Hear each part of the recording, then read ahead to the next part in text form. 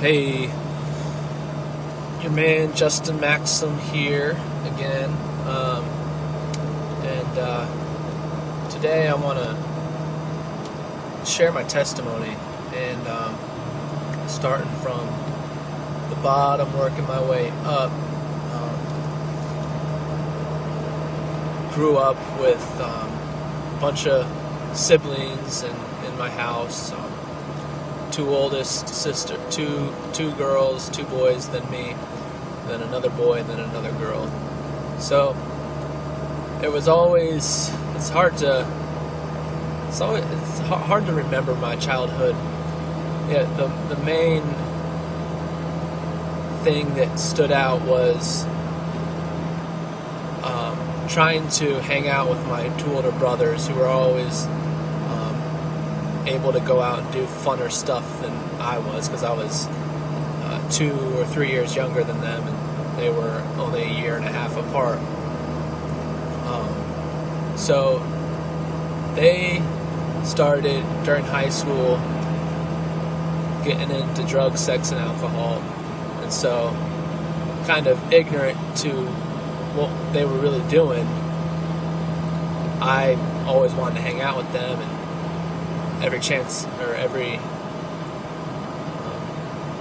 every time I did get to hang out with them, I would be revealed to a little more, basically darkness, a little more, another level of sin. And then that was through middle school, and then I was skateboarding and just kind of careless kid, I was a kid. And then come high school, first quarter was all right, and it was pretty rough going from homeschool to high school, because that's how it was for all my two older brothers. My two oldest sisters were not, but my two older brothers went to high school in 9th grade, and then when I got to 9th grade, I went to high school. All of us were homeschooled before that. And so I, trying to make friends, I had no problem with it, with becoming friends with skateboarders, but just basically every circle that is not intentionally trying to do good usually ends up doing a lot of bad things. And so before I knew it, I was offered pot, and then I just loved it. It sucked me in quicker than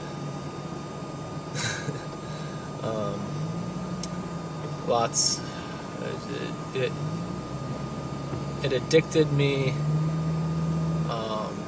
kind of emotionally. It was just a great feeling compared to just the normal sober feeling I've felt all my life. It made everything funny and just enjoyable, and it was an exhilarating, literal feeling in my body. So then, continue smoking and skateboarding.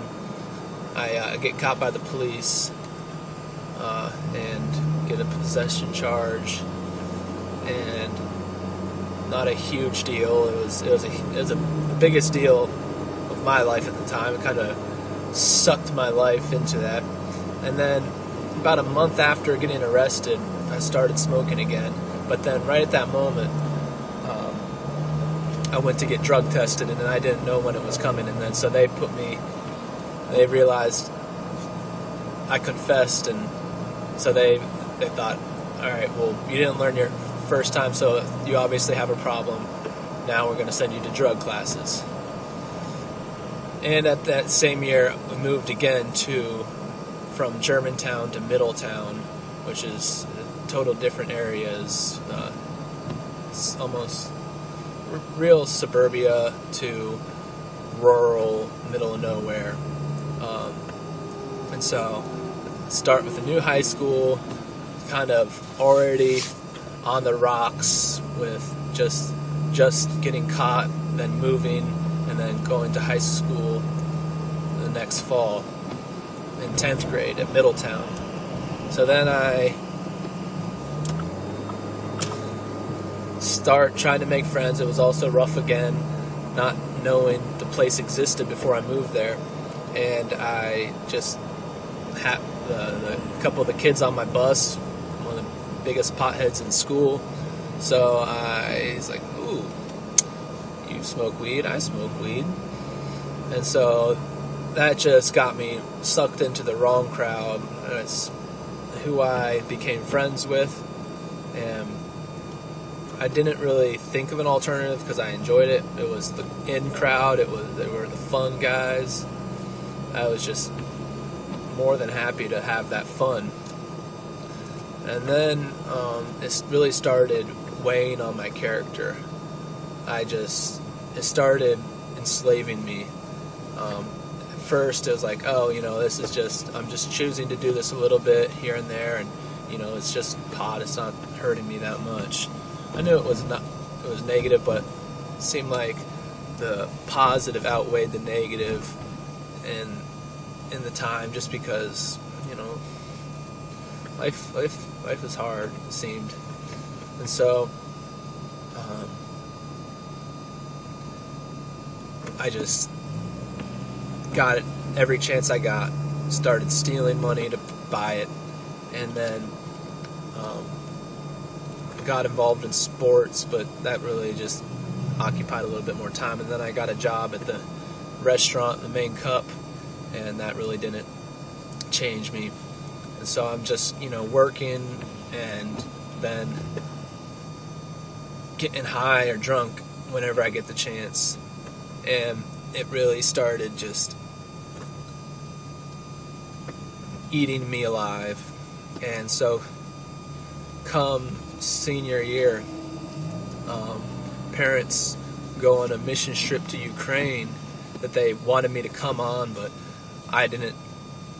I kept refusing and saying I didn't want to, or I'm pretending like I kind of wanted to go, but I shouldn't go. I really didn't want to go because I wanted to have a party. And so they left, and I have this party.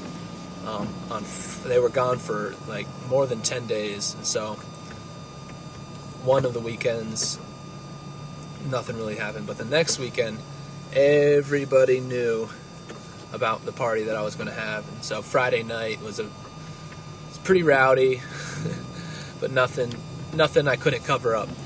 Then on Saturday night, all hell broke loose, and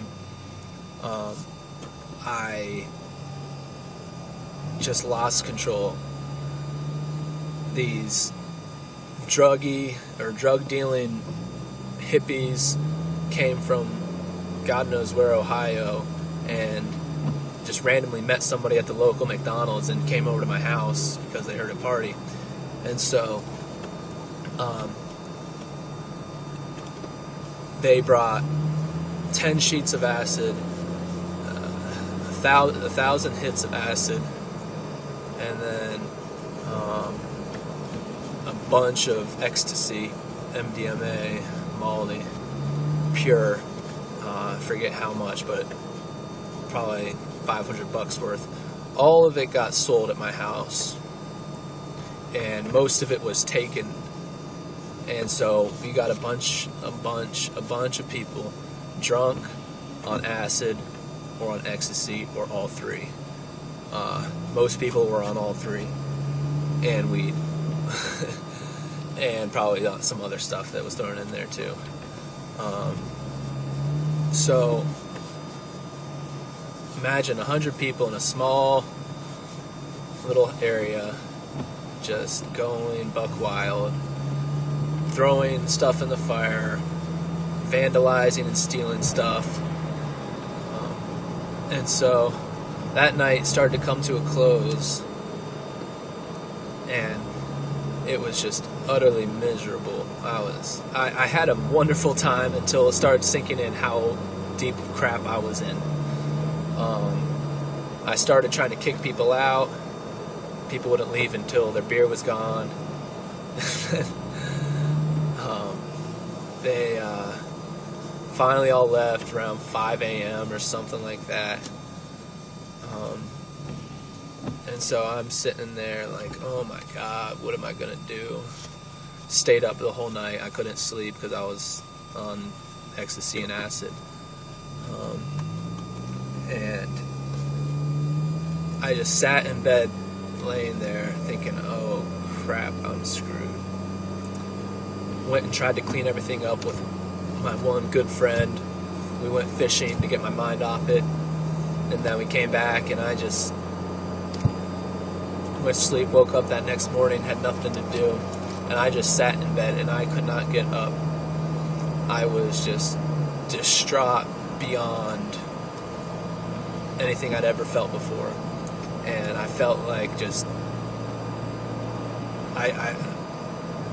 suicide never came to my mind, but I was not far from those thoughts. And I was just like, this is totally hopeless. There's no way I can cover this up. There's no way I can pretend like it didn't happen. So I just thought, oh man, God, like I had my Bible. My Bible was there on my desk, and I was just laying in my bed, and I looked at it, and I was like, oh my gosh. So I opened it up, and I was like, all right, God, I need you to speak to me. If you're real, I need you to speak to me right now. I want it to be clear, and just tell me whatever I need to hear. So then I was thinking, all right, how can God speak to me? So I thought, what's my lucky number? 38. And it was, I picked that, as a kid, I don't know why. And so I'm flipping around looking for something that has to do with 38, and I come upon Psalms 38, first thing I look at. And I start reading Psalm 38, and it was a verse-by-verse description of how I felt and what was on my heart and what I needed. It was so, coincidental is an inadequate word for how poignant it was towards me. There were specific verses that talked about what I had actually done.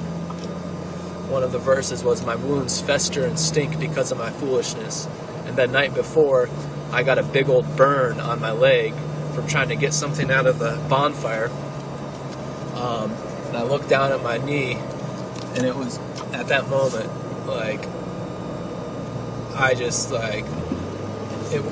life went supernatural, and I just gasped for breath and got the cold chills, and just saw so clearly that God was real.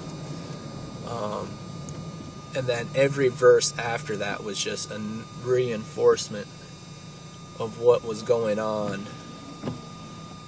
And I was just like, oh no, I know this is real. This is the first time that I've ever seen God, and it be clear, and it be my real personal thing, not just what somebody told me or my parents forced me to do. And so from that moment, I don't know what I decided. I don't think I decided anything, sadly. I kind of resolved to,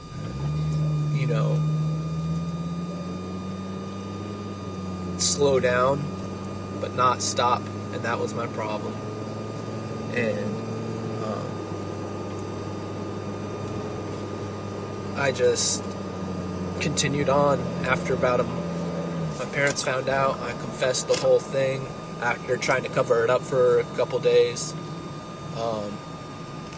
And they restricted me, grounded me basically. So I had no options. I had to be good, but I wasn't. I still didn't have the right heart, and I just continued on in the sin. And then comes the other half of my testimony, which you will have to wait another time to hear. God bless. Bye.